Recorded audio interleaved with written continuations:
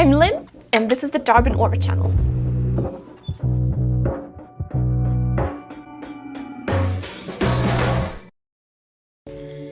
So the idea here is to make an everyday carry kit to always have with me for writing and sketching and note-taking. There are a couple of different materials used, so let's start here. For the pencil case, I'm using some cherry, which is really nice wood to work with. I wanted the case to be just large enough to fit about 3 pencils and a sharpener, so figuring that out.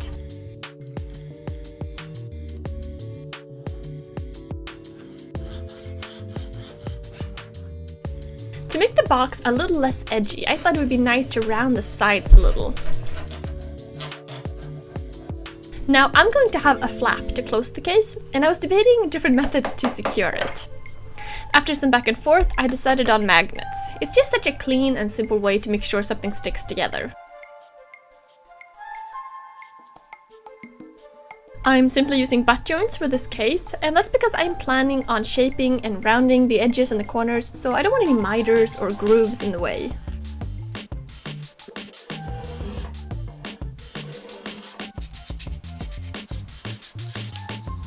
To finish it, I applied some of my raw linseed oil wax polish, which smoothens it out and brings out the color. However, I wanted the cherry to darken a little further, so I put the case out in the sun for a couple of hours. Now for the flap, I'm using some veg-tanned leather. And I'm thinning the section that's going to fold over to hold the magnet in. A little contact cement to glue it down. Love using these new tools and punches.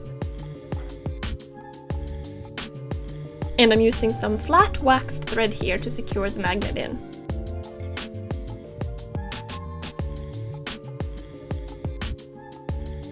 I was debating on how to secure the leather to the back, but then I figured I might as well apply the same method as in the front and glue as well as stitch the flap in place to the wood. And the drill press was really handy here.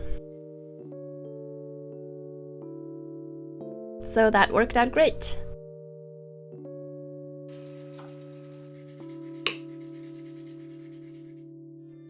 Now I guess the most essential part here is actually the paper, or the notebook to write in. So I printed out this cover on some brown cardstock, and then I folded about 12 sheets of some nice linen blend paper, using a butter knife I've carved as a bone knife to make the fold crisp.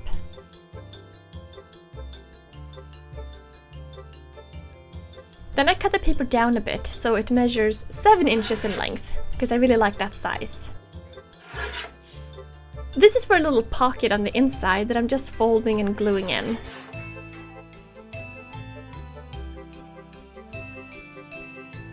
Then I'm pressing it down to make sure it dries nice and straight in this press I put together.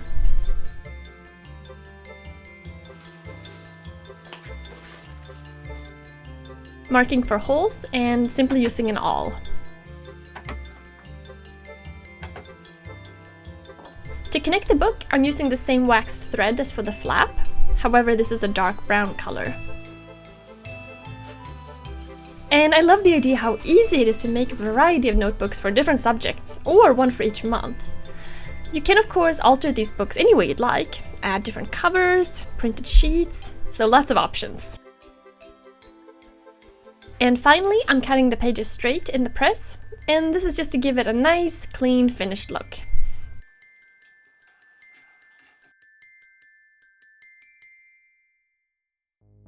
Now, to house the notebook, I'm making a leather cover, matching the pen case.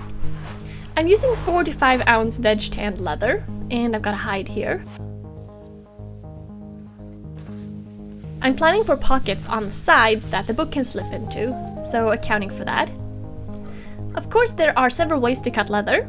These scissors are really nice, however you could also use a razor blade.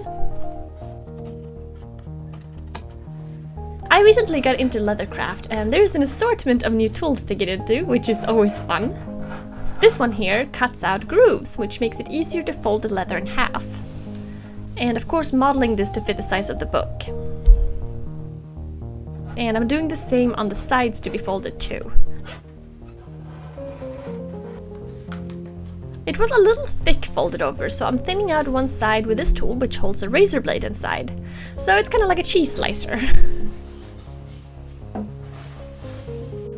Now I wanted this leather cover to say Darbin Orvar, so I'm sketching out some letters and then I'm transferring those to some tracing paper. This is just some water to soften up the leather, and then it's easy to simply trace the letters onto the leather.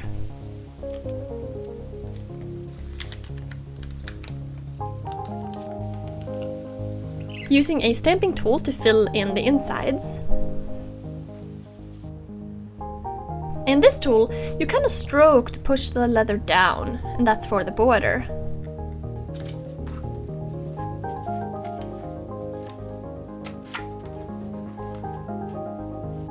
I decided to add a loop on each side to hold the pen, and this becomes like a closure for the book.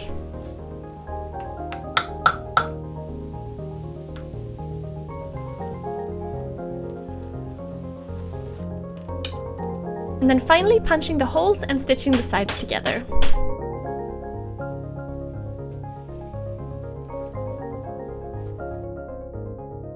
And I was trying to get a good fit that wasn't too tight, but not too loose either. So that slips in there nicely.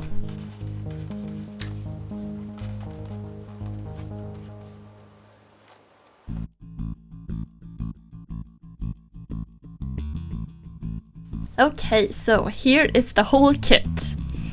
I really like the cover and the fact that once I'm done with one book, I can simply slip in another and I still get to use the case.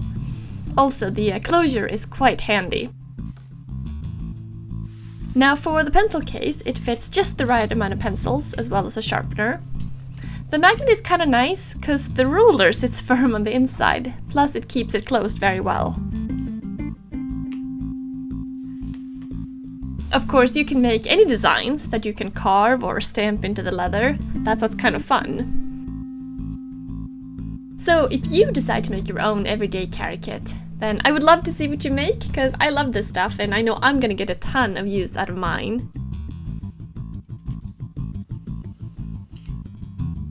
Thanks for watching, guys, and I'll see you next time.